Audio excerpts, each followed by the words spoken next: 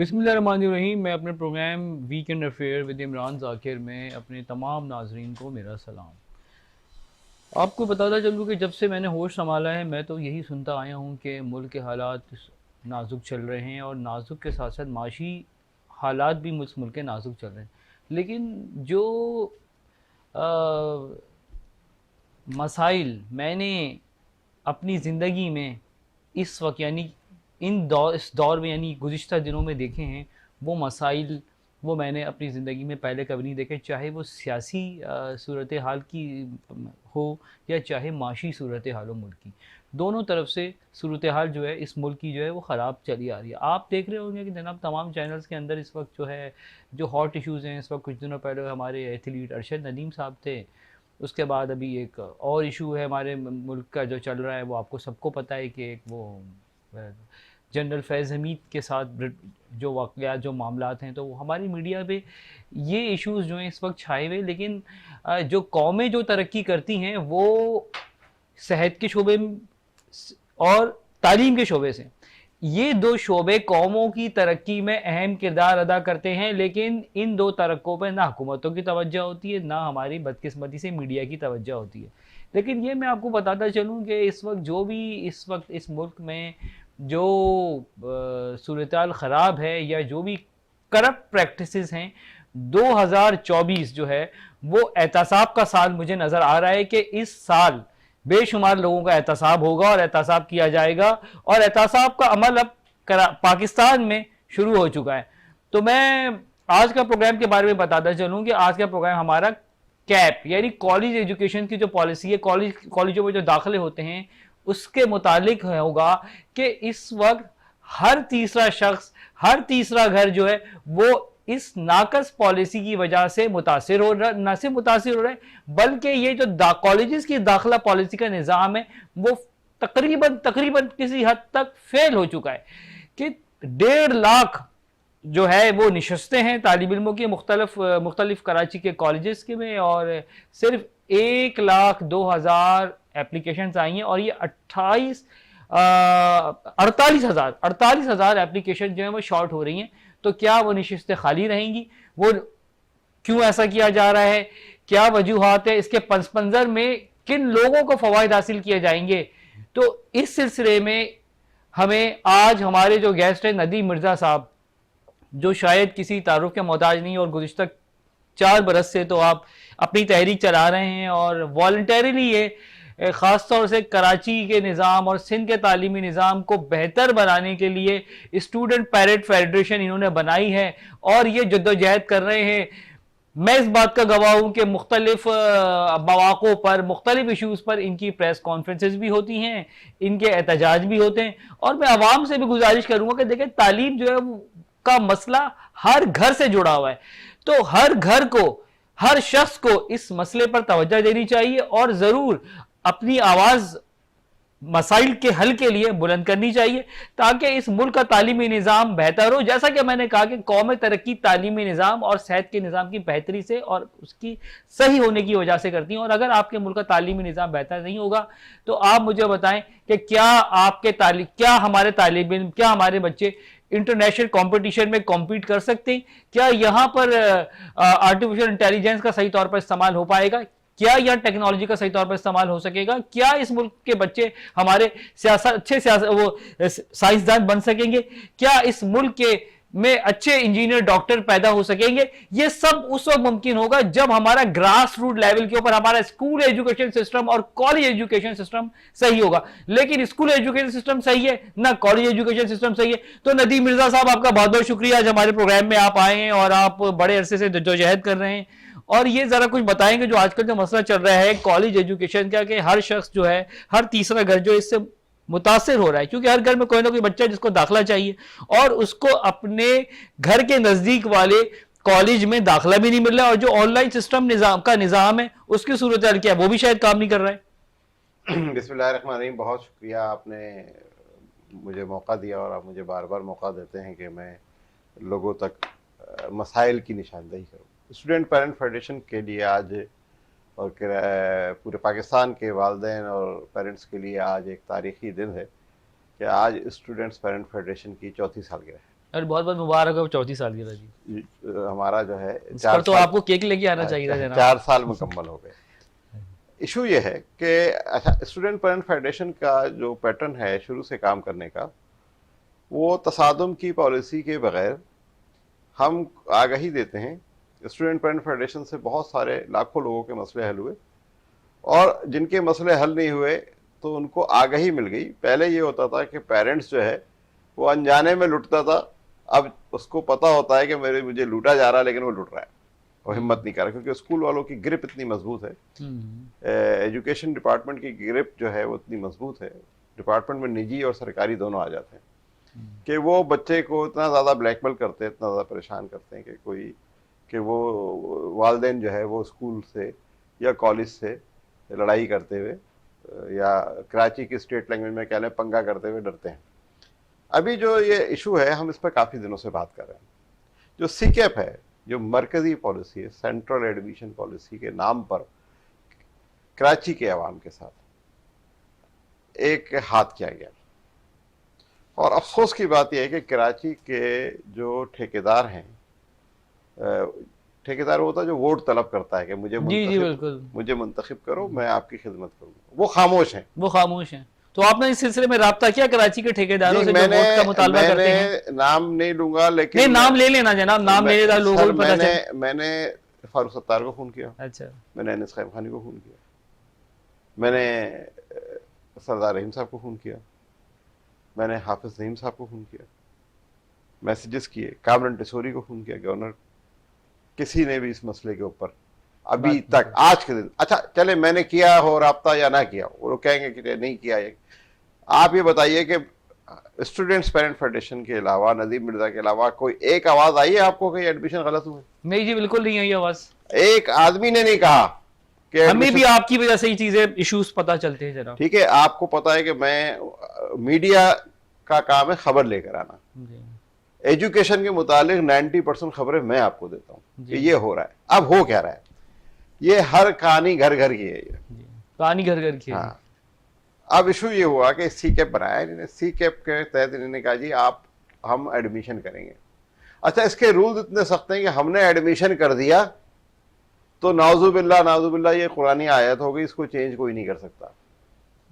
जिस कॉलेज में एडमिशन कर दिया आपने वहीं पढ़ना है, जिस फैकल्टी में जिसमें एडमिशन कर दिया, कॉमर्स में कर दिया, आर्ट्स में कर दिया, आपने वहीं पढ़ना है। ना मजमून चेंज हो सकता है, ना कॉलेज चेंज हो सकता है। ये आखिरी है ये सी कैप का, यानी कि ग्रुप की बात करें कि अगर आपको प्री मेडिकल में दे दिया है तो प्री इंजरी में जा नहीं सकते, ये भी तो हो रहा है ना? नहीं, बिल्कुल, मैं वो बता रहा हूँ पूरी बात। अब इस दफा इन्होंने जो है वो एक नया जादू दिखाया है, हाँ, भूत फेरी कहने की बनाई है और चमत्कार किया है। वो क्या किया है कि जो 23 कॉलेजेस, इंटर कॉलेजेस जो पिछले 23 साल से दे रहे थे, एक तो कॉलेजेस है, एक वो स्कूल्स जो इंटर तक पढ़ा रहे हैं, वो 23 है कराची में, 23 साल से उस पर एडमिशन हो रहे थे। अच्छा, यकायक सेक्रेटरी एजुकेशन को पता चला कि ये डायरेक्टर डीजी कॉलेजिएट के अंडर में नहीं है, और इस साल उसमें कोई एडमिशन नहीं किया। 23 कॉलेज में कोई एडमिशन नहीं किया। कोई एडमिशन 23 कॉलेज में, कराची के 23 इंटर कॉलेजेस में कोई एडमिशन नहीं किया। नंबर 2, जिसने प्री इंजीनियरिंग मांगी उसको आर्ट्स दे दिया, जिसने प्री मेडिकल मांगी उसको कॉमर्स दे दिया। नंबर 2 ये काम हुआ। अब देखें, आपको जब एडमिशन आप नहीं करेंगे, 1.5 लाख लोगों की गुंजाइश है। और एक बात मैं बड़ी जिम्मेदारी से कह रहा हूं, और मैं क्रेडिट दे रहा हूं प्रोफेसर्स एंड लेक्चरर्स को, कि कराची में जो तालीम है, एजुकेशन जो है, सरकारी एजुकेशन, कॉलेज एजुकेशन बहुत अच्छी नहीं है, बहुत अच्छी है। टीचर्स बहुत अच्छे जी, इसमें कोई शक नहीं। हमने भी डीजे कॉलेज से जब पढ़ा तो हमारे टीचर्स भी हमको बच्चों की तरह से, प्रोफेसर बहुत सिंसियर हैं। कुछ घोस्ट हैं, लेकिन वो घोस्ट जो हैं वो प्रोफेसर और लेक्चरर्स नहीं है, वो निचला स्टाफ है। किसी भी कॉलेज में ना चौकीदार है, ना माली है, ना पीएन है, ना सारे मिनिस्टरों के घरों पर काम कर रहे हैं। मैं इस बात पर आता हूँ। तो आपको पता है कि जब होगा, जब एजुकेशन अच्छी होगी, जैसे सरकारी स्कूलों की एजुकेशन अच्छी हो जाए तो कोई प्राइवेट स्कूल नहीं जाएगा धक्के खाने के लिए। जी बिल्कुल। तो जब वो एजुकेशन अच्छी है तो अब साजिश ये है कि आप जो लोगों ने बड़े बड़े कॉलेजेस बना दिए हैं, निजी स्कूल जो थे उन्होंने अब कॉलेजेस बना दिए। सही। अब उन कॉलेजों में क्या करेंगे? भैंसे बांधेंगे। बच्चे तो 1.5 लाख की गुंजाइश है और 1,02,000 बच्चा ने अप्लाई किया है, तो गुंजाइश से कम है बहुत ज्यादा। सबका एडमिशन हो जाना चाहिए। अब उन्होंने ये किया कि एक तो ट्रेड चेंज कर दी। अच्छा। यानी आपका ये कहना है कि फैकल्टी दर बदर कर दी, फैकल्टी को दर बदर कर दी, बच्चे दर बदर कर दिए। बच्चे दर बदर कर दिए। जो जौहर का रहने वाला है उसको कोरंगी में एडमिशन दे दिया, जो कोरंगी का रहने वाला है उसको औरंगी में एडमिशन दे दिया, जो किमाड़ी का रहने वाला है उसको मेवाड़ में एडमिशन दे दिया। अब बच्चे तो हो सकता है 10% चांस है कि बच्चे चले जाए। बच्चियां, आप अपनी बच्ची को किमाड़ी से जौहर भेजेंगे, अपना मेवाड़ भेजेंगे? किसी करीब के कॉलेज में दाखिला दिलवाएंगे जो एक लॉ। कौन सा वो कॉलेज? सरकारी तो नहीं हो सकता, प्राइवेट ही जाहिर बात होगा। सरकारी पर तो आपने पाबंदी लगा दी कि भाई आपका तो हो ही नहीं सकता ट्रांसफर, तो आपको हर हाल में जाना है कहाँ? प्राइवेट कॉलेज में। अच्छा, प्राइवेट कॉलेज में जब मैंने अप्लाई किया ना, मैट्रिक का एग्जाम देकर मैं इंजीनियर बनूंगा, मैंने प्री इंजीनियरिंग में अप्लाई कर दिया। मैं गया ट्यूशन पढ़ने के लिए, प्रैक्टिकल स्कूलिंग सिस्टम चला गया, अनिस हुसैन के पास चला गया, फला के पास चला गया, फला के पास चला गया। वहां जाकर मैंने कहा साहब मुझे जो है वो एडमिशन दे दीजिए। उसने कहा साहब ले लीजिए, ट्यूशन पढ़ाएंगे आपको, 12 महीने की फीस इकट्ठा लेंगे। कि ट्यूशन सेंटर रजिस्टर्ड ही नहीं है, इनको कोई रोकने वाला नहीं है। अब बच्चे का ट्रांसफर हो जाए, उसके वालिद का ट्रांसफर हो जाए, कुछ और हादसा हो जाए, 12 महीने की फीस उन्होंने एडवांस ले ली। आप पढ़े ना पढ़े 12 महीने की। अच्छा, अब उससे तो यहाँ गवर्नमेंट की कोई रेगुलेशन या कोई रेट नहीं है। ट्यूशन सेंटर्स के जिसका दिल चाहता है 2 कमरों का घर लेकर 80 ट्यूशन सेंटर कायम कर लेता है, बोर्ड लगा देता है। कोई उसके ऊपर ना रजिस्ट्रेशन है उनकी, ना उनके ऊपर कोई टैक्सेशन है, ना कोई टैक्स दे रहे हैं, ना कुछ भी नहीं कर रहे। ठीक है, तालीमी सौदागर जो हैं उन्होंने इसको, ये बहुत बड़ा, फिर वो गैस पेपर, फिर पेपर आउट करने में यही माफिया मुलव्विस, ट्यूशन सेंटर माफिया मुलव्विस हैं। अच्छा, अब उन्होंने ये सारे रास्ते, क्योंकि ये भी तो उन्हीं प्रोफेसर और टीचर्स के हैं, ये जो जी जी जी जी ये जो बिल्कुल उन्हीं के ही, कोचिंग सेंटर्स भी उन्हीं के होते हैं, वो इनसे वाबस्ते होते हैं, वो इधर पढ़ा वही रहे होते पेपर बनाते हैं, वही पेपर बना रहे होते हैं, वही चेक कर रहे होते हैं, वही पेपर आउट कर रहे होते हैं, वही सॉल्व पेपर बेच रहे होते हैं। जी अब सूरत हाल है कि तमाम रास्ते जो हैं जी वो खुल गए। सरकार ने तमाम रास्ते निजी कॉलेजेस की तरफ मोड़ दिए, तमाम बच्चों को, यानी बच्चों को दरबदर कर दिया, उनका मजमून चेंज कर दिया और एडमिशन नहीं दिया। ठीक है, एडमिशन नहीं दिए। एक और अब ये तो हो गया डिजास्टर की इंतहा। सुनिए, सेंट लॉरेंस कॉलेज कराची में बच्चियों का तीसरा बड़ा कॉलेज है, वहां पर मैं जुमेरात को चला गया। सही। मेरे पास बहुत कंप्लेंट थी कि हमारे घर से करीब है, अब ये जमशेद रोड के लोग हैं, PCHS के लोग हैं, PIB के लोग हैं, ये सबको कहाँ करीब पड़ता है? गुरु मंदिर के लोग, गुरु मंदिर के एरिया, बल्कि वो तो सेंटर है कराची का, हर एक शख्स को करीब पड़ता है, और हर पब्लिक ट्रांसपोर्ट, और बड़ी अच्छी एजुकेशन है। वहां पर गुंजाइश थी 800 बच्चियों की पढ़ने। सही। पिछली जो प्रिंसिपल साहिबा आई उन्होंने वहां पर गुंजाइश कर दी 500 की। क्यों, उसी क्या वजह थी? बस बोला जी कम कर दिया है, कहा कि कम कर दो। अच्छा जी। जबकि वो पढ़ा सकते हैं। 200 प्री इंजीनियरिंग में, 200 प्री मेडिकल में और 100 कंप्यूटर साइंस में। अच्छा। ग्रेजुएशन अलग करा रही हैं वो। सही है। 100-200 बच्चों को। तो क्या टीचर्स की कमी हुई उनके नहीं, पास? टीचर्स पूरी हैं, टीचर्स 28 हैं, क्लासरूम पूरे हैं, लेबोरेटरीज हैं, खस्ता हाल है लेकिन है। तो जब मैं वहां पर गया, मैंने उनसे पूछा, मैंने कहा भाई आपके पास जो ये CCAP से कितने एडमिशन हुए 500 में से? उन्होंने कहा जी 24 सिर्फ, तो बाकी कैसे? मैंने भी यही पूछा कि आपने बाकी एडमिशन क्यों नहीं किए? कहेंगे पॉलिसी की वजह से नहीं हुए। मैंने कहा क्या पॉलिसी है? बोला पॉलिसी ये है कि कहेंगे फिर जब आपने एहतजाज बुलंद किया एडमिशन फाइनल की लिस्ट आने के बाद, तो 14 एडमिशन और हो गए, टोटल 38 हो गए। जिसमें से कुछ बच्चियां लेंगी एडमिशन, कुछ नहीं लेंगी, तो हमारे पास 25 से 30 बच्चे आएंगे पढ़ाने के लिए फर्स्ट ईयर में। सही। यानी फर्स्ट ईयर भी गया और सेकंड ईयर भी गया। हमने पूछा क्या वजह? कहेंगे इन्होंने क्या किया है, CCAP ने हमारी प्री मेडिकल की जो सीटें थी वो 89% पर कैप कर दी। 89% पे कैप कर दी। कैप कर दिया। कैप किसने कर दी? सरकार ने कर सरकार दी कि 89 से नीचे परसेंटेज वाला यहाँ पर एडमिशन नहीं लेगा। अच्छा, दो वजूहत हो सकती हैं, दो वजूहत हो सकती हैं। एक ये कि पिछली दफा जो है वो 90 वाले का हुआ था एडमिशन, तो उस दफा उन्होंने 89 पर किया। दूसरी वजह ये हो सकती है कि एडमिशन ले ही नहीं, तो इर्द गिर्द उसके इर्द गिर्द जो है बहुत सारे प्राइवेट कॉलेजेस खुले हुए। अच्छा, ठीक है, तो सेंट लॉरेंस के। अब हमने कहा कि अब आप खुद ले लें एडमिशन। सेंट लॉरेंस बाजार कायद के पास, बिल्कुल। हमने कहा जी आप खुद एडमिशन कर लें जो बाकी एडमिशन। उन्होंने कहा हम एडमिशन करने का अख्तियार ही नहीं रखते हैं। तो मैंने कहा अब ये 38 बच्चे पढ़ाएंगे? बोला हाँ, हमारे पास एडमिशन करने का कोई अख्तियार नहीं है। तो मतलब सिंध कराची के कॉलेजेस में बेशुमार नशिस्तें खाली हैं। हाँ, अच्छा सुने, pre engineering pre medical 89, pre engineering 88, computer science 87।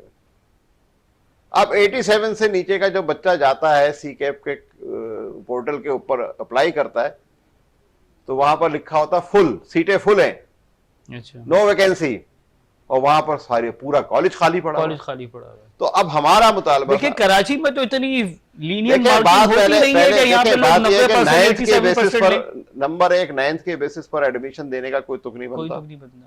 आप मैट्रिक का एग्जाम लें, बोर्ड्स के एसओपी दिए हैं। आज उन्होंने अभी अभी सर्कुलर जारी किया है कि जी 15 सितंबर तक आ जाएंगे एग्जाम, रिजल्ट आ जाएंगे सारे बोर्ड्स के।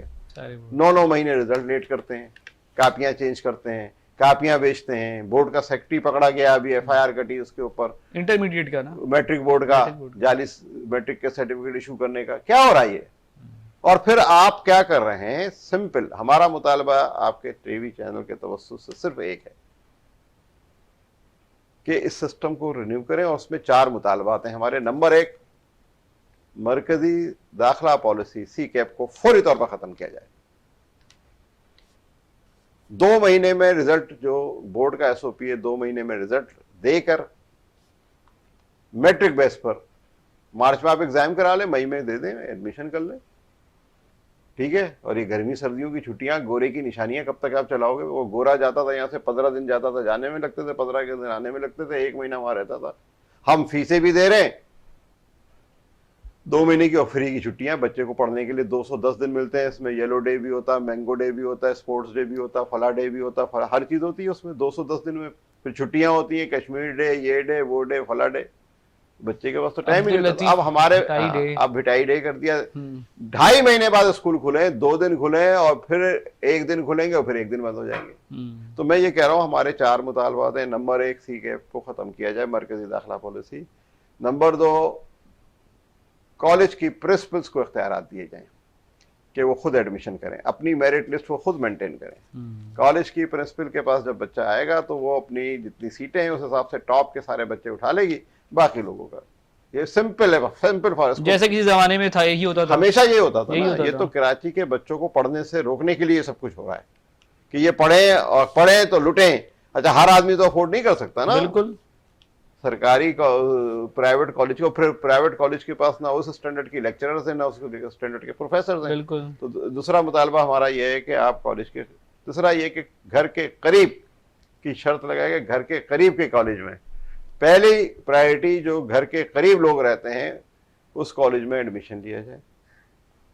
तमाम कॉलेजेस में गवर्नमेंट कहती तो यही है कि जनाब ये जो हमने ऑनलाइन सिस्टम किया है इसी वजह से तो नजदीक दिया जाएगा। भी नारा लगाते हैं, पढ़ेगा सिंध तो बढ़ेगा सिंध। अभी कल वॉक किए मिनिस्टर साहब ने कि जी 6 लाख बच्चों को एडमिशन देना। भाई स्कूल है नहीं तुम्हारे पास, स्कूलों में मंशियात के अड्डे चल रहे हैं, वैसे बंदी हुई। कराची के 257 स्कूल या 53। मैं इस वक्त ब्रेक की तरफ जाता हूँ, ब्रेक के बाद फिर नदीम मिर्जा साहब से बात करेंगे कि जनाब क्या सूरत हाल चल रही है कॉलेज एडमिशन्स की।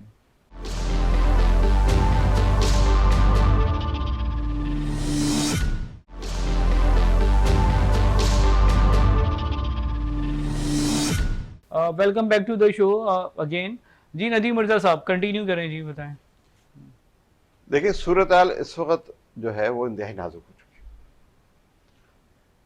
इतना किराया है, इतना शोर है कि पहले तो आपने रिजल्ट ख़राब किए।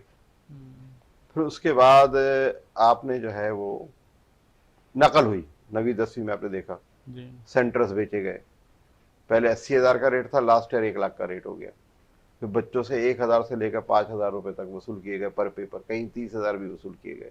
जो बच्चा पैसे नहीं देता उसको जो है वो उसके ऊपर सख्ती करते हैं, जो दे देता उसके लिए क्लासरूम अलग बने हुए। जो 345-46 सेंटर्स बनाए गए, वो सेंटर्स जो थे वो बनाए गए प्राइवेट स्कूल्स में। इतने बड़े बड़े सरकारी स्कूल पड़े हैं, मैं आपको बता रहा था कि 253 या 57 सरकारी स्कूल बंद पड़े हुए, बंद पड़े कराची में। 253 स्कूल बंद पड़े हुए मुकम्मल। तो वहाँ पे घोस्ट टीचर्स हैं, तनख्वाह ले रहे हैं, सब घोस्ट टीचर हैं। आयशा मंजिल पर एक बच्चियों का स्कूल है जिसमें तकरीबन 360 या 350 लोगों बच्चे एडमिशन दिखाए जा रहे हैं। 28 टीचर्स हैं, एक बच्ची पढ़ती है। कौन से स्कूल में? आयशा मंजिल पर गर्ल्स स्कूल। क्योंकि पर बच्चा जो है वो 84,700 रुपए गवर्नमेंट चार्ज कर रही है। जो 517 अरब रुपया जो तालीम का बजट है गवर्नमेंट का, कहाँ जाएगा? 517 अरब। 2 साल पहले 262 अरब रुपए था, अब 517 कर दिया। ये पैसे कहाँ जाएंगे भाई? वजीर तालीम साहब तो कहते हैं सैलाब में 20,000 स्कूल बह गए, 40,700 में से आपके प्रोग्राम में बात हुई थी। फिर मैंने उनसे पूछा कि साहब जो टीचर आप 30, 35, 40,000 भर्ती कर रहे हैं, तो ये टीचर भी अपना बह गए, टीचर भी बह गए स्कूल के साथ। वो टीचर हैं, आपको पढ़ाए उनसे। तो आज उन्होंने कल बयान दिया कि साहब टीचर हमारे पास बहुत हैं और पढ़ाने का मसला नहीं, और हम और बंदे भर्ती 60,000 टीचर भर्ती करेंगे। मजीद भर्ती होंगे। कहाँ के लिए करेंगे? वज़रा के बंगलों के लिए करेंगे। यही होगा। प्राइमरी के टीचर को प्राइमरी की स्पेलिंग नहीं आती, सेकेंडरी के टीचर को सेकेंडरी की स्पेलिंग नहीं आती। आप क्या करना चाह रहे हो तालीम के साथ? ठीक है, आपको सिर्फ ग्रेजुएशन की डिग्री चाहिए। देखें फॉर्मूला क्या है कि ग्रेजुएट कराना है आपने किसी भी तरीके से नकल करवा कर, उसके बाद पैसे लेकर उसको नौकरी दे देनी है। जब वो नौकरी ले गया तो फिर वो जाएगा, जाकर बैठकर रिश्वत कमाएगा। तो अकबर इलाहाबादी ने कहा कि लेकर रिश्वत फंस गया है, देकर रिश्वत छूट गया, रिश्वत की चेन चलाएगा। और जो हम आम आदमी है, सबको पता है, एक छोटे से बच्चे को भी पता है कि मैं जाऊंगा। फिर एक और बात, जो चौथा मुतालबा बात कि डोमिसाइल की क्या कंडीशन आपने लगाई है? जिसका बाप का वोट कराची में रजिस्टर्ड है वो कराचीआइट है। जिसके माँ बाप कराची में जिनके वोट रजिस्टर्ड हैं, जो कराची के नुमाइंदे मुंतखब करने का हक रखते हैं, सिर्फ वो कराचीआइट है।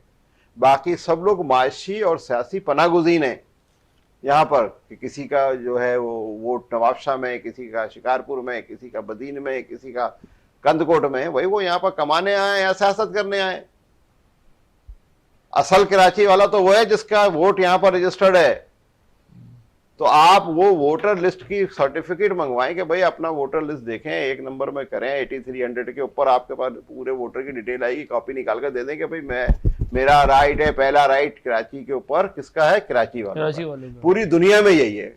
अमेरिका की, कनाडा की काउंटीज में तो आप जो है वो एक शहर से दूसरे शहर जब जाते हैं तो आपको बस बदलनी पड़ती है। वो कहते हैं हमारी काउंटी के अंदर दूसरी काउंटी की या दूसरे की बस भी नहीं आएगी, आप अपने बच्चे का एडमिशन नहीं करा सकते। ये पूरी दुनिया में ये सिस्टम चल रहा है। हमारे यहाँ ये सिस्टम है कि सब लोग यहाँ आते हैं, यहाँ आकर सब कुछ करते हैं। सारे तालीम क्या होता था पहले कि कराची के मेडिकल कॉलेजेस में, इंजीनियरिंग कॉलेजेस में सिर्फ सिंध मेडिकल कॉलेज में 3-4 कुछ सीटें होती थी आल सिंध अर्बन की। बाकी कराची के बच्चे को कराची के कॉलेज में एडमिशन, नवाबशाह को एनएमसी में, लाड़काना में चांडका मेडिकल कॉलेज में एडमिशन। अब इन्होंने कहा कि नहीं जी, फर्स्ट ईयर के बेसिस के ऊपर एग्जाम होंगे। आपको पता है इंजीनियरिंग कॉलेज में एडमिशन जो है मेडिकल कॉलेज में फर्स्ट ईयर के बेसिस पर होते हैं, इंटर के बेसिस पर नहीं होते। उसमें 60% होंगे तो आप मार्क्स देंगे। अब ये क्या कर रहे हैं 7 साल से कि 64%, 66% बच्चे फेल कर देते हैं इंटर में, फर्स्ट ईयर में। और जो पास करते हैं वो भी जिंदा जो होते हैं वो भी मरों से बदतर होते हैं, उनकी परसेंटेज 60 से नीचे होती है। पिछले साल सिर्फ 3900 बच्चे ने क्वालिफाई किया था। फिर हमने मुहिम चलाई, उसमें मेडिकल में एडमिशन एमडी कैट के एग्जाम में क्वालिफाई किया था सिर्फ 3900 बच्चों ने कि वो एग्जाम दे सकते हैं।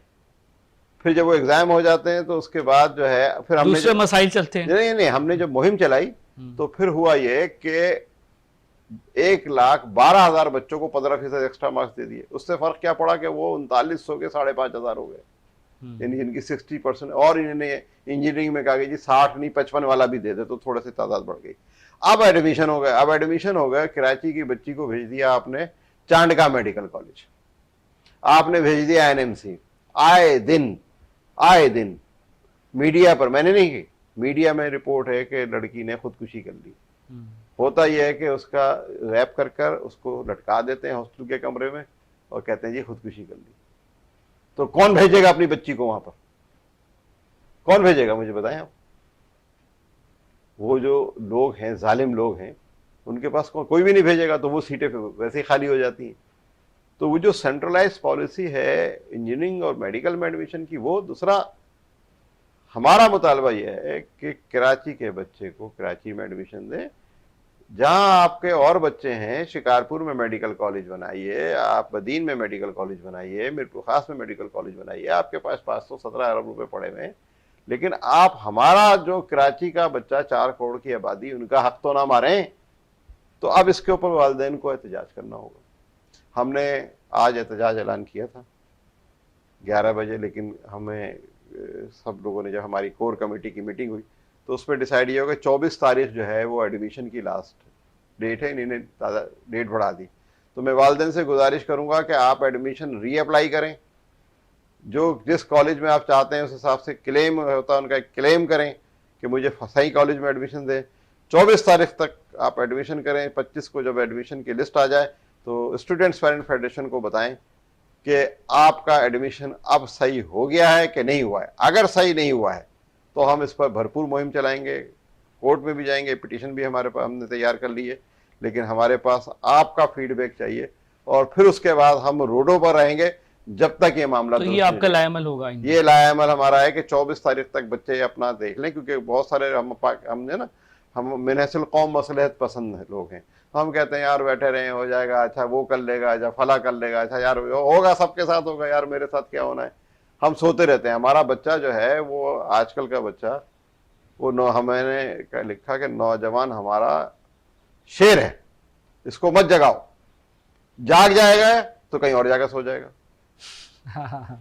अच्छा, निकलेगा नहीं अपने। और ये जो हो रहा है इसमें, जब ये शुरू हुआ था तब मैंने कहा था, उसको स्टूडेंट पेरेंट फेडरेशन नहीं थी, कि इसके जो कॉन्सिक्वेंसेज हैं, इसके जो आफ्टर इफेक्ट्स हैं, वो बहुत देर पा होंगे। और आज सूरत हाल ये है कि ना कराची का बच्चा डॉक्टर बन सकता है, ना इंजीनियर बन सकता है, आप तो कॉलेज में भी एडमिशन नहीं ले सकता। आप प्राइवेट के हवाले है, आप प्राइवेट वाले पैसे लेंगे, ये करेंगे, जिसके पास पैसे होंगे वो पढ़ेगा, जिसके पास पैसे नहीं होंगे वो नहीं पढ़ेगा। और पढ़ेगा सिंध तो फिर बढ़ेगा सिंध। ये नारा है वजीर आला साहब, वजीर तालीम साहब का। देखिए तो कौम बहुत पीछे थे कि आप से लास्ट टाइम मेरी इकोनॉमिक एस्पेक्ट के हवाले से बात हुई थी कि जब आपके बच्चे, आपके तालिब इल्म पढ़ेंगे, अच्छी यूनिवर्सिटीज में बाहर जाके पढ़ेंगे, तो डेफिनेटली बाहर के ममालिक में जॉब्स ही करेंगे। जब बाहर के ममालिक में जॉब्स करेंगे डेफिनेटली वो रेमिटेंस पाकिस्तान भेजेंगे, और इस वक्त पाकिस्तान को रेमिटेंसेस की बहुत ज्यादा जरूरत है। मैंने बताया है, आपका ट्रेड गैप देखें कहां जा रहा है। पाकिस्तान का सारा खर्चा 45 अरब डॉलर जो है, 30 अरब वो भेजते हैं रेमिटेंसेस और 15 अरब डॉलर खुद लेकर आते हैं। 1-2 आपका खर्चा भी 45 अरब डॉलर है। जो बाकी आपको, जिसमें फौज का खर्चा, ऑयल का खर्चा, खुर्दनी तेल का, जलाने का तेल, ये सारे खर्चे पूरे कर रहे हैं ओवरसीज पाकिस्तानी। अब 90 लाख है, 90 लाख आप और भेज दें, आराम से बैठ जाएं। लेकिन आपको अपनी अयाशियों के लिए पैसे चाहिए। आपको जो है 1100 अरब रुपए आपने हुकूमती एक्सपेंसेस कर दिए, तनख्वाहें बढ़ा दी, पेंशनें आपकी इतनी ज्यादा हैवी हैं। सारी जिंदगी सरकारी मुलाजिम बैठकर जो है वो पहले रिश्वतें कमा रहा है जी, उसके बाद फिर तनख्वाहें ले रहा है, और रिटायरमेंट के बाद पेंशनें ले रहा है, प्लाट ले रहा है, ठेके ले रहा है, नौकरियां ले रहा है 65 साल की। एक इदारे में तो टैक्स से भी मुस्तस्ना है। अभी सुनने में आया है कि जी वो 3 साल का जितने भी हैं जो 60 साल में रिटायर हो रहे हैं उनको 63 साल तक सर्विस करवाएंगे। तो ये नौजवान कहाँ से जाएंगे? 65% यूथ है। नौजवान तो बाहर जा रहे हैं ना आपके, इसी वजह से तो बाहर जा रहे हैं। एक साल में क्या करेंगे जाकर, मुझे बताइए ना। नॉन टेक्निकल स्किल्स भाई इस वक्त हुकूमत शायद यही जा रही है कि यहाँ का नौजवान बाहर जाए और डॉलर कमाए और फिर यहाँ भेजे और इनकी अयाशियां चलें। देखिए तो फोकस यही कर रही है इस पर। देखिए बात सारी ये है कि आपको जो चीज की जरूरत है जी वो है हुब्बुल वतनी जी, पेट्रियटिज्म। अगर आप हुब्बुल वतन होंगे तो आप मुल्क के लिए सोचेंगे, और अगर आप हुब्बुल वतन नहीं होंगे तो यही होगा। हमारा काम है निशानदेही करना, एहतजाज करना, कानूनी कार्रवाई करना। लेकिन अब आप मुझसे ये सवाल पूछें कि मैं कितना पुरुमीद हूं कि मैं सिस्टम को सही कर लूंगा, मैं बिल्कुल पुरुमीद नहीं हूं। लेकिन निशानदेही जरूर करूंगा, क्योंकि मैं एक माशरे को जिंदा रखना चाहता हूं। अगर हमने निशानदेही नहीं की और मेरे जैसे और लोगों ने नहीं की तो ये माशरा मुर्दा हो जाएगा। बिल्कुल, बल्कि मुर्दा हो चुका है। देखिए ना, हमारे लोग बोलते ही नहीं, हमारे लोगों में अब इंटेलेक्चुअल ऑनेस्टी का फुकदान है। कोई भी सच बात नहीं करता, मुनाफकत बेच दिया। हर चीज बिक रही है हमारे, हर चीज बिक फेसबुक की पोस्ट भी बिक रही है जी। बेच दीजिए, आप एक पोस्ट लगाइए, पैसे ले लीजिए। जो लोग फेसबुक पर जो एंकर्स हैं आपके, हम कबीला लोग, जिनके 1 मिलियन वो हैं, एक बड़े सीनियर एंकर हैं, मैंने उनसे कहा कि यार ये इतना बड़ा मसला है। जब ये IPPs का मसला शुरू हुआ तब मैंने उनसे कहा कि यार ये 129 मेगावाट बिजली जो है ये आप लोग बना रहे हैं हैदराबाद, कोटरी में, नूरियाबाद में, तो उनको परमिशन दिलवा दीजिए कि ये बेच दें बराबर वाली इंडस्ट्री को। तो उन्होंने कहा साहब मैं ये काम तो करूंगा, लेकिन ये मैं जो 3 मिनट का क्लिप करूंगा उसके मैं 10 लाख रुपए दूंगा उस जमाने में। अच्छा जी, 2011 की बात। अच्छा जी। बहरहाल आपने हम कबीला कहा, मैं उस कबीले से दूर हूँ जनाब, उस कबीले का मैं मेंबर नहीं हूँ। जरूरी नहीं है, हमारे यहाँ तो एक कबीला भी नहीं है, बल्कि कबीलों में बटे हुए।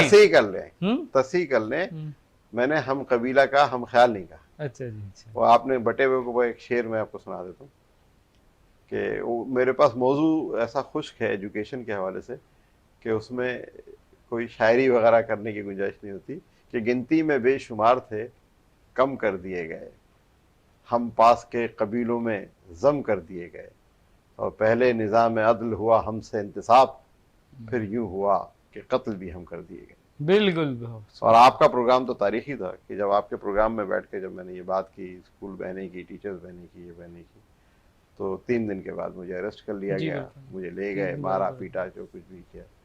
और अभी भी धमकियां हैं, अभी भी ये है कि जी आपको नहीं छोड़ेंगे। अभी भी केस आपका तो खत्म नहीं हुआ, केस में जा रहा हूँ, कोर्ट में पेशी भुगत रहा हूँ।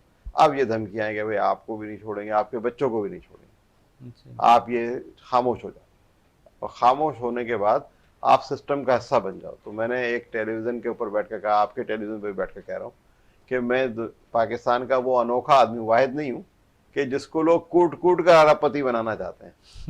अच्छा, आप पैसे ले लो हमसे और हमारे सिस्टम में आ जाओ, लेकिन मैं नहीं आऊंगा सर। लेकिन मसला ये है नदीम मिर्जा साहब, मैं ये देखता हूँ, मैं अपनी फेसबुक वॉल पे भी लिखा हुआ है कि हुकूमत सिंध का हर महकमा जो है एक सिस्टम के तहत चल रहा है। और ये एक बात बताता चलूँ कि कुछ दिनों के लिए यहाँ पर केयर टेकर सेटअप भी आया था, और सूबाई वजीर सेहत डॉक्टर साद दियाज रोने जैसे हो गए। उन्होंने कहा कि मैं इस सिस्टम के खिलाफ कुछ नहीं कर सका, और मैं इस सिस्टम के खिलाफ मैं कुछ ना कर सका, ना कर पाऊंगा, और मेरा टेन्योर तो मुकम्मल हो चुका है और मैं इस सिस्टम से नहीं जी सकता। उन्होंने इस बात का एतराफ़ किया। सर एक वजीर थे, वफाकी वजीर, हट के बात कर रहा हूँ एजुकेशन से, तो हमने कहा कि ये जो ओपन सी फिशिंग पॉलिसी है जो 10 अरब रुपए की, 10 अरब डॉलर की कान है हमारे पास, और उनको मैंने 2019 में कहा कि ये पिछले 12 साल से आपने ओपन सी फिशिंग पॉलिसी अनाउंस नहीं की। टोना फिश सारी इंडिया मार कर लेकर चला जाता है, यहाँ से बेच देता है पूरी दुनिया में। तो मेरे पास कोरियंस कुछ इन्वेस्टर आए थे, उन्होंने कहा जी आप कुछ भी ना करें, हम अपने लाइनर होते हैं जिसमें पीछे कुंडे लगे होते की राड्स लगी होती हैं जो 50 किलो से ऊपर की मछली पकड़, तो हम ये लाइनर अपने लेकर आएंगे और हम ला कर ये करेंगे, आपसे पॉलिसी दे दें, और 5 अरब डॉलर की हमारी गारंटी है, और ये 5 से 15 अरब डॉलर हो सकता है। अच्छा, तो उन्होंने कहा ठीक है। हमने उनसे अली जैदी साहब का नाम लेता हूँ, मैंने जी बिल्कुल नाम ले, मैंने कहा अली जैदी साहब ये कर लें, घर पर मिले, वो शिपयार्ड का डायरेक्ट बैठा हुआ, चेयरमैन भी बैठा हुआ था, इसका भी बैठा था, पोर्ट कासिम का भी बैठा था। हमने कहा ये कर लें, उसे कहा मैं फौरन करवाता हूँ, अभी करवाता हूँ, इतना बड़ा काम। मैंने कहा भाई पाकिस्तान को तकरीबन 10-15 अरब डॉलर मिल जाएंगे, और ये सारे फिश हमारी इंडिया मार के जा रहा है। ठीक है, उन्होंने कौमी असेंबली में जाकर ऐलान कर दिया कि हम 3 दिन में ओपन सी फिशिंग पॉलिसी अनाउंस कर रहे हैं। 30 दिन गुजर गए, महीना गुजर गया, 2 महीने गुजर गए, मैं फिर दोबारा चला गया। मैंने कहा क्या हुआ? वो कोरियन मुझे फॉलो अप कर रहा था। अली रजी साहब ने कहा कि साहब मसला ये है कि मैं फाइल घुमाइए, ये सरकारी मुलाजिम काम ही नहीं करना चाहता।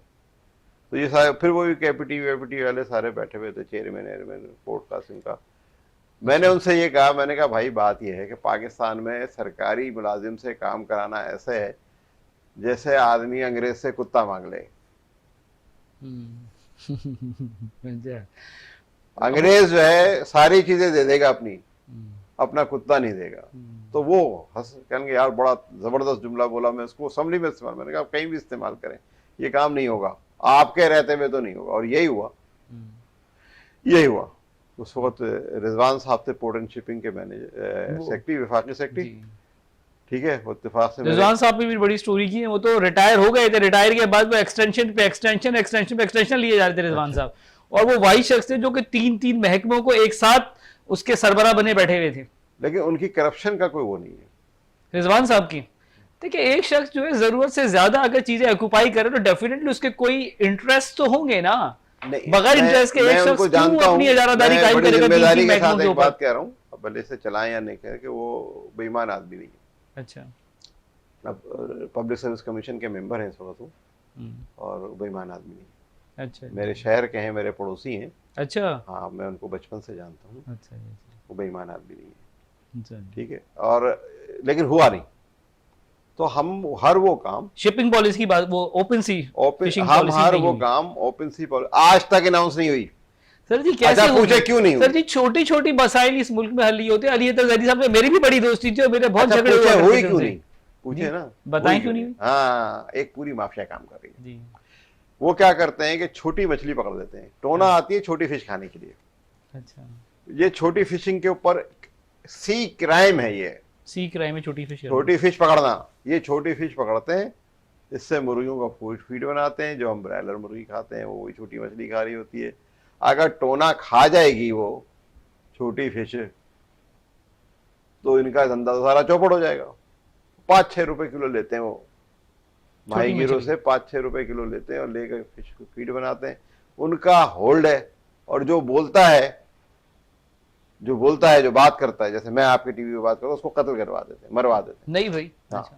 इतनी स्ट्रांग माफिया है ये, जो समंदरों के किनारे। अब आपका कितना किलोमीटर समंदर है पता आपको? 3.5 लाख मुरब्बा किलोमीटर समंदर के मालिक हैं आप, जहां पर मछली दूसरे लोग पकड़ रहे हैं जी, जहाँ पे फिशिंग दूसरे कर रहे हैं। फिशिंग कर दूसरे कर रहे हैं। फिशिंग बहुत बड़ी इंडस्ट्री बहुत है। बड़ी इंडस्ट्री। आप सिर्फ फिशिंग से अपना सारा काम चला सकते हैं। जी, बहुत बड़ी इंडस्ट्री है। आप कर्जे भी आपके अदा कर सकते हैं जी। झींगा जो है ना, झींगा जो है वो समंदर के पानी में पलता है, आप उसको पौंड में नहीं पाल सकते। जी, जापानियों ने क्या किया, समंदर के अंदर जाल लगा के झींगा पाला, वो अरबों डॉलर का झींगा बेच रहे हैं। जी, आप तो नहीं, आपको शौक है, अगर आप ये सारा कुछ कर लेंगे तो आपको कर्ज लेने की जरूरत नहीं पड़ेगी। जब कर्ज लेने की जरूरत है, कर्ज पर किकबैक नहीं मिलेगा। जब किकबैक नहीं मिलेगा तो सरे महल नहीं बनेगा, एवन फील्ड के वो नहीं बनेंगे। ये तो थोड़ी एक लंबी बात है, बड़ी लंबी तो कहानी है। हमने मतलब लेकिन तो ये सारी चीजें एक दूसरे के साथ जो है जनाब जुड़ी हुई हैं। सबसे पहले हमने ये करना है कि जो बैकबोन है जी, एजुकेशन, जी, उसको खत्म करना है। सेहत आपने खत्म करनी है। जी। ये 2 शोबे ऐसे हैं जिसमें क्राइम हो रहा है बहुत बड़ा क्राइम हो रहा है, और उसको रोकने वाला कोई नहीं। जी, बिल्कुल बिल्कुल। चलिए जनाब, मैं अपने इस प्रोग्राम को अब इख्तिताम की तरफ लेकर जाता हूँ और इस उम्मीद के साथ कि हुकूमत पाकिस्तान जो है वो दोनों शोबों की तरफ तवज्जो देगी, तालीम और सेहत की। और ये भी बताता चलूँ कि कराची के बच्चे जो हैं, इंटरमीडिएट के बच्चे दाखिले लेने जो चाहते हैं कॉलेज में, वो बेचारे दरबदर हो रहे हैं। और ये भी बताता चलूँ कि कराची के प्रोफेशनल कॉलेजेस में भी कराची के बच्चों को दाखिला नहीं मिल रहा है, वहाँ पर भी वो बच्चे नहीं जा पा रहे। लिहाजा हुकूमत सिंध को ख़ास तौर पर कराची शहर के स्टूडेंट्स पर तवज्जो देनी चाहिए कि इनको दाखिले दें। इनके वालिदैन जो इस वक्त अजियत और कर्ब से जो इनके वालिदैन गुजर रहे हैं, उसका हुकूमत सिंध को अंदाज़ा नहीं है कि मेरे पास खुद बेशुमार केसेस आ चुके हैं इन बच्चों के वालिदैन के कि जिनको दाखिला नहीं मिल रहा है। कि आप मुझे बताएं कि जैसा कि नदीम साहब ने कहा कि गुलिस्तान जौहर में रहने वाले शख्स की जो बच्ची जो है वो क्या लियारी के कॉलेज में जाके क्या बेचारी दाखिला लेगी? क्या वो वहां पढ़ने जाएगी? आप मुझे बताएं कि बच्चों की तालीम किस कदर मुतासिर हो रही है इससे तो आपके बच्चे जो है वो अपने घरों में बैठ जाएंगे और आपका तालीम का रेशियो कम हो जाएगा। और सबसे बड़ा मसला ये है कि हमारा जैसा मुल्क, पाकिस्तान जैसा गरीब मुल्क कि जो कि रेमिटेंसेस पर अपना इन्हसार करता है, अपने सिस्टम को चलाने के लिए, ट्रेड गैप को कंट्रोल करने के लिए, हमारे सारे के सारी हुकूमती अय्याशियों को जो है हमारा ये रेमिटेंसेस का पैसा जो है वो कंट्रोल कर रहा होता है। तो जब हमारे तालिब इल्म ये बाहर नहीं जाएंगे, वहां जाके मुलाजमतें नहीं करेंगे, तो ये डॉलर कैसे भेजेंगे? और जब पाकिस्तान में डॉलर नहीं आएंगे तो इस मुल्क का माशी निज़ाम कैसे चलेगा? माशी निज़ाम के साथ साथ हुकूमत की अय्याशियां भी कैसे चलेंगी?